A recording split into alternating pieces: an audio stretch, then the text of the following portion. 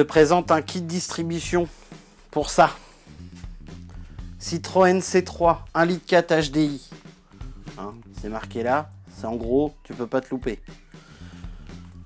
Quand tu dois remplacer ta courroie de distribution, tarde pas, hein, parce que tes conséquences, si ça casse là, ça peut être très grave.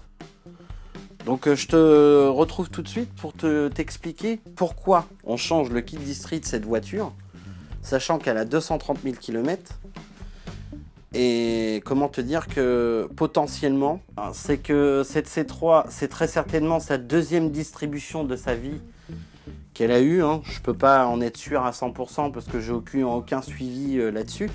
Mais en tout cas, quand on va démonter, je vais te montrer pourquoi c'est si important de changer ta distribution. Salut les amis, bienvenue dans cette nouvelle vidéo. Aujourd'hui on va parler, de toute façon tu le sais de quoi on va parler, puisque tu as vu le titre, tu as vu la miniature, tu as cliqué dessus, c'est que ça t'intéresse. Donc comme ça t'intéresse, je vais t'expliquer. Aujourd'hui je vais être le professeur Kevin. Je vais t'expliquer pourquoi c'est hyper important de changer sa distribution. Oui, parce qu'il y a trop de gens, je connais trop de gens qui se disent j'ai le temps. Quand un constructeur te préconise une distribution, ce qui est le cas de la C3 pour une température minimale de moins 20 degrés, le constructeur va préconiser un remplacement de cette distribution que tous les 180 000 km. Je te le conseille pas. Après, c'est mon avis perso, mais je te le conseille pas. Moi, mes distributions, je les fais tous les 120 000 km. 120 000 km, pour moi, c'est largement bien. Parce que 120 000 km, c'est 120 000 km où moi je mets 5 ans, voire 8 ans. Normalement, c'est 10 ans, voire plus. Moi, je la fais tous les 8 ans. En général, c'est tous les 8 ans ou 120 000 km. Pourquoi? Bah, tout simplement parce que même si tu roules pas avec ta voiture et qu'il fait chaud, qu'il y a un cagnard, enfin, ta courroie, elle travaille, ça reste du caoutchouc. Un caoutchouc, à terme, ça se craque, ça sèche, ça devient poreux. Bref, c'est comme une courroie d'accessoires, c'est exactement le même principe, sauf que c'est un peu plus costaud. Mais faut pas que tu oublies quand même que cette courroie-là, elle maintient la vie de ton moteur. Parce que c'est elle qui synchronise le bas et le haut moteur. Donc, à faire extrêmement attention. On va démonter la distri, ça va vous permettre de voir un petit peu comment on fait une distribution sur une C3, 1,4 litre HDI. Alors là, c'est une C3, mais sur les 206, 1,4 litre HDI, ça va être la même. Sur les Ford Fiesta, ça va être la même chose parce que c'est le même moteur, tout simplement. Il n'y a pas 36 000 façons de le faire. J'ai pas les cales PSA, j'ai pas le jeu de cales qui permet de te caler la distribution Peugeot, Citroën, je ne l'ai pas. Moi je cale avec des forêts à bois ou à béton, peu importe, hein. Mais je cale avec des forêts et je vais te montrer comment on cale et surtout je vais te donner le numéro du forêt qui va te permettre d'être pile poil dans le trou pour pouvoir bien caler ta distribution. Parce qu'une distribution c'est simple à faire, hein. T'enlèves une courroie, tu remets une courroie, c'est pas compliqué. La seule chose c'est que vu que c'est la vie de ton moteur, la plupart des gens ils ont un petit peu peur à le faire. Mais en fait faut pas avoir peur, faut juste bien caler ton moteur. Et une fois que ton moteur il est calé à son PMH, il n'y a aucun danger. Il suffit juste que tu respectes la tension de la courroie de distribution. Une fois que tu as fait tout ça, bah écoute, il n'y a aucun problème, elle démarrera du premier coup sans aucun problème. Et il n'y aura aucun souci juste derrière. Donc c'est parti, comme toi mon ami, comme d'habitude. Pour toi c'est générique et on se retrouve juste après.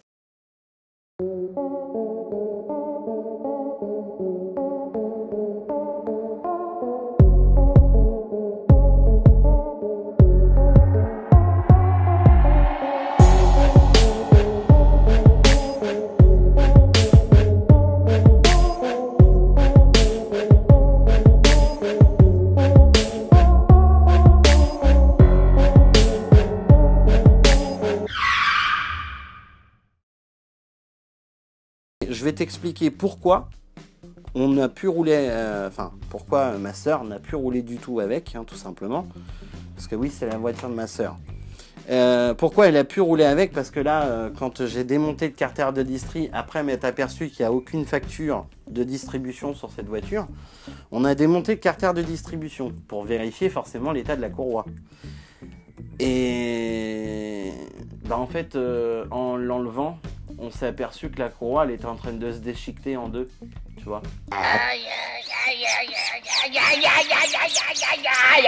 Mais pas se déchiqueter en deux, genre sur la longueur totale de la courroie. Hein. Tu vois, je te prends la neuve, elle se déchiquete pas en longueur totale comme ça. Hein. Non, non, elle se déchiquete entre les dents et le dessus de la courroie, tout simplement. Donc forcément, comme elle... En gros, tu vois la partie rouge là, bah, elle est en train de se déchirer là. Et, en gros, tu as les dents qui se séparent du dessus de la courroie, donc c'est chaud quoi. Tu vois. Donc c'est pour ça que cette voiture s'est trouvée à l'arrêt à cause de ça. Mais de toute façon, t'inquiète pas. Hein. On va démonter ça pour te montrer. Parce que je crois qu'il y a beaucoup de gens qui comprennent pas qu'une distribution, faut pas attendre. Je vais t'expliquer aussi 2-3 choses juste après. Mais juste après.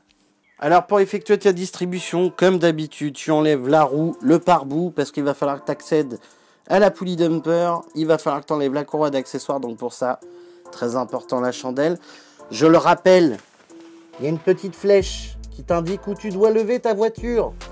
Fais-le, bordel de merde! Bref, comme d'habitude, on se prépare, on enlève le carter et c'est parti, go! Donc là, une fois que tu as levé ta voiture, une fois que tu as enlevé ta roue, une fois que tu as tout enlevé, on va aller détendre la courroie d'accessoires. Donc, viendez, caméraman, que je vous montre. Tu vois, il va falloir que tu chopes ce petit téton que tu as juste en bas là, tu vois, il va falloir que tu le chopes pour pouvoir ramener ton tendeur, ton galet, pour pouvoir enlever la courroie d'accessoires.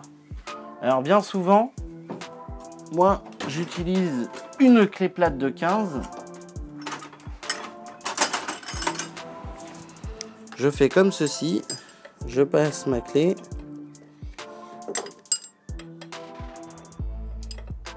Alors fais attention parce que ça a tendance à bien ripper facilement. Et puis bah, tu peux te faire mal, tout simplement, donc évite de te faire mal. Et là, ça juste... Alors c'est raide, hein. Je préfère te le dire. T'as juste à détendre comme ça. Ensuite, tu relâches tout et bien évidemment en même temps, il va falloir que tu enlèves la courroie. Donc moi, ça y est, c'est fait. Courroie d'accessoires, elle est là.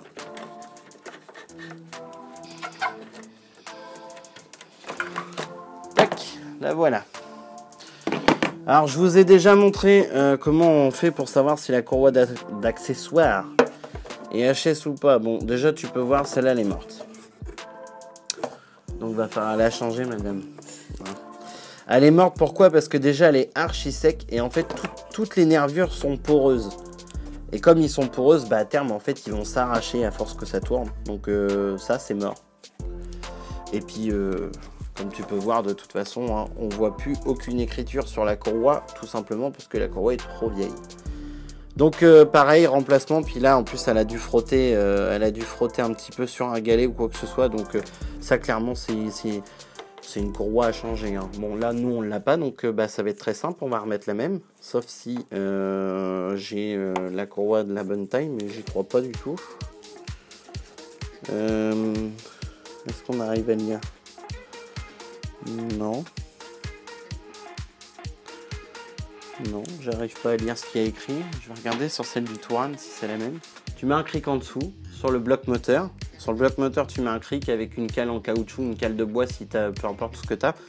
Et là, il va falloir lever le moteur. Lever le moteur, on enlève les 3 vis du support moteur là. On enlève les 2 qu'il y a là. Tu sors le support. Et ensuite, on va pouvoir lever le moteur beaucoup plus haut pour pouvoir enlever le carter. Et avant d'enlever le carter, bien évidemment, il va falloir que tu enlèves ces petites durites de gasoil. Alors tu fais extrêmement attention de ne pas les casser parce que ça, si tu les casses, la voiture ne démarre plus. Parce que forcément, c'est la règle de gasoil.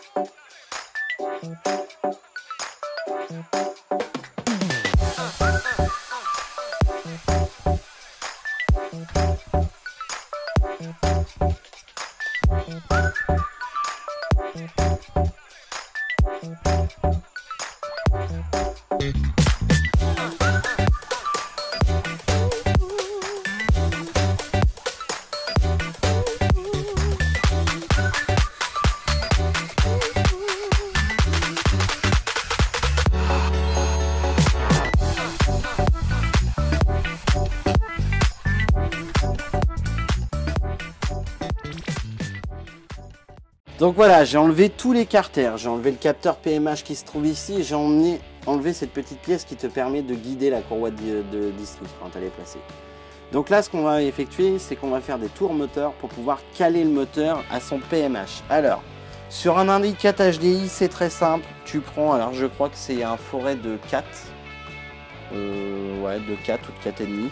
Bref, en gros, tu prends un forêt qui permet de... Tu as un trou qui est rond dans la poulie, là. Tu as un trou rond, et ben il faut que le forêt passe dans le trou rond. Tu vois, moi, c'est impeccable. Ce trou, il faut qu'il soit vers le haut à midi. Parce que derrière, tu as un autre trou qui te permet de piger la distribution pour être à son PMH. Alors attention, je vais peut-être pas avoir de chance. Ça va peut-être être parfait du premier coup, mais c'est pas dit. Parce que ton moteur a 2 cycles vu que c'est un 4 cylindres. Donc là, on va tourner la distri jusqu'à son repère PMH.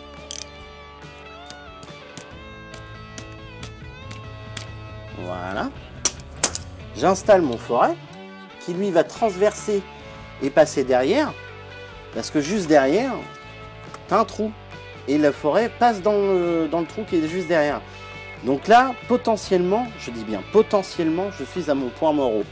Pour confirmer que tu es à ton point mort, c'est en haut que ça va se passer. Je m'explique. Pour confirmer que tes arbres à cam sont bien leur PMH maintenant, parce que là, tu as mis ton point mort au vilebrequin.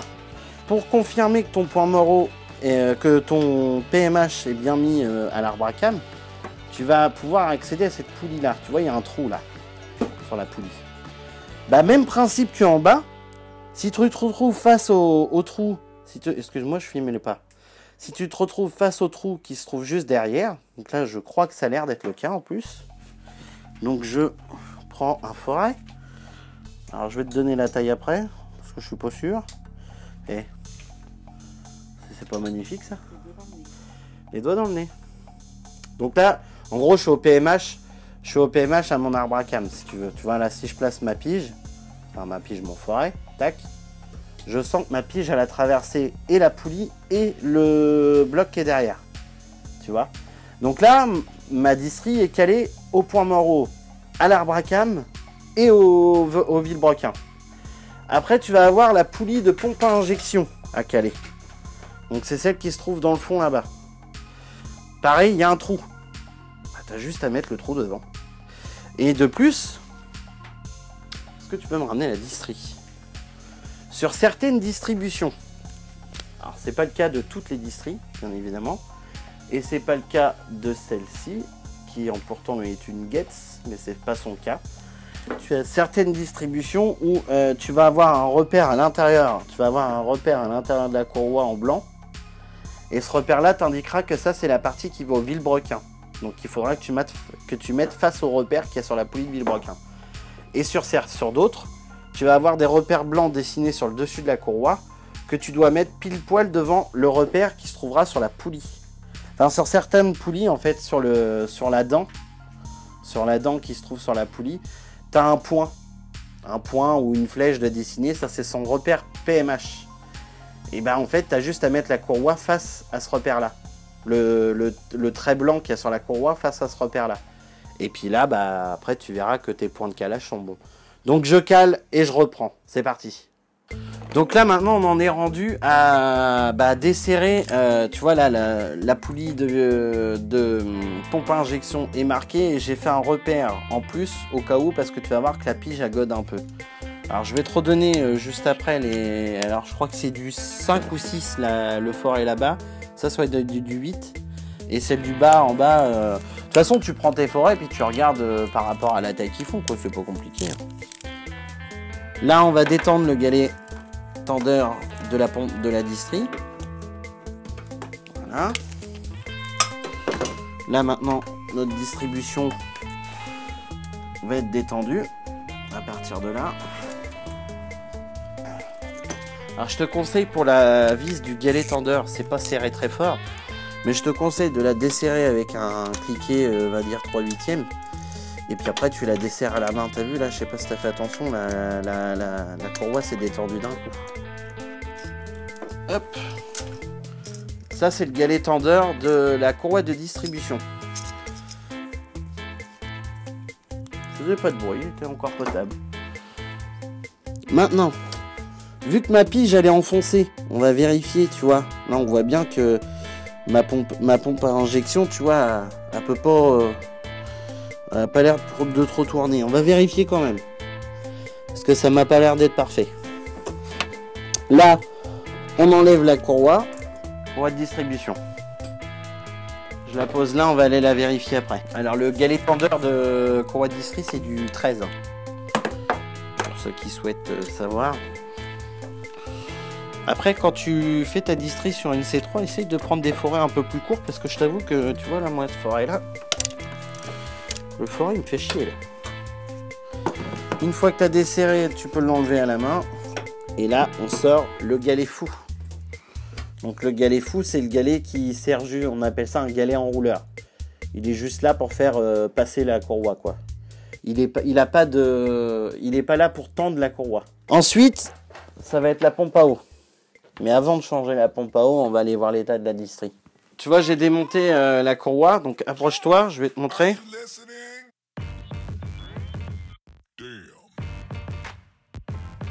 Enfin, elle est vraiment pas bien, puis de toute façon, elle est bien marquée. Elle est vraiment bien marquée, donc elle a du kilomètre, hein, celle-là. Elle est marron, quand ils sont marrons, c'est pas bon du tout. Et puis comme tu peux voir, si j'appuie, en fait, elle est en train de se craqueler entre deux dents. Tu vois ? Je sais pas si on peut voir là. Entre deux dents, elle est en train de se craqueler. Entre les dents, regarde, on voit bien les coutures là. Voilà. Et ça, c'est pas logique, c'est pas normal. Ça, c'est parce que la distrie elle est HS. Donc dangereux, c'est pour ça que ça aurait pu casser, ça aurait pu être dramatique. Parce que bah là, ça peut casser un moteur hein, quand même. Enfin, quand je dis casser un moteur, en gros, ce qui se passe quand la distribution casse, ton moteur il est réparable, mais ça va te coûter très très cher. Parce que ce qui se passe quand la distribution casse, en fait, tu n'as plus de synchronisation entre l'arbre à cam et le vilebrequin. Donc ce qui se passe, c'est que les soupapes, quand ils s'ouvrent, bah, en fait, ils vont s'ouvrir au moment où le piston arrive, quoi. Donc, et les soupapes vont taper sur le piston, vont se plier, et à partir de là, ça va te fausser la compression, ça peut même bloquer carrément une soupape dans les sièges, ça peut abîmer, tu peux avoir une soupape qui casse carrément, et puis qui se trouve compactée par le piston, c'est dangereux, enfin c'est dangereux. Ça abîme le moteur, quoi, clairement. Donc, c'est pour ça, remplacer bien les distributions quand ils sont à remplacer, c'est super important. Franchement, c'est super important. Donc là, ce qui va se passer, c'est que je vais te mettre sur le trépied, on va se démonter la pompe à eau, et puis je vais te faire un petit time-lapse, un petit accéléré pour le remontage.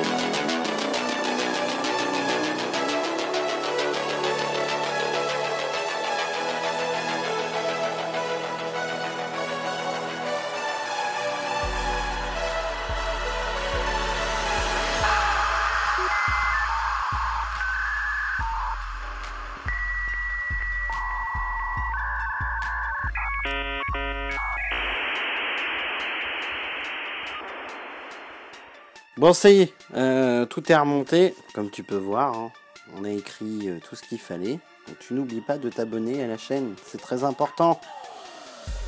Donc là, bah, une fois que tu as remonté tous tes carters, tu remontes le support moteur. En fait, c'est la manip inverse de ce qu'on a fait tout à l'heure. Tu remplis ton bocal de liquide de refroidissement et tu as une purge qui se trouve là-bas dans le fond. Hein. Tu l'ouvres sans mettre le moteur en route, juste à temps que ça dégueule et puis qu'il n'y ait plus de bulles d'air. Après, tu refermes cette purge, tu mets ta voiture en route et tu attends gentiment que le ventilateur se déclenche. Une fois que le ventilateur va s'être déclenché, le thermostat va s'être ouvert. Donc là, dans le bocal, ça va descendre. Il suffira juste de recompléter le niveau. Voilà. Comme ça, au moins, tu as vu. Hein. Oui, je t'ai pas montré, mais c'est remonté complètement et elle est redescendue. Donc voilà, les petits gars. Juste avant de la sortir, on va la mettre en route. Vas-y. Pour te montrer quand même qu'elle tourne. Et voilà. Voilà une auto qui marche. Ça y est les petits gars, la vidéo se termine.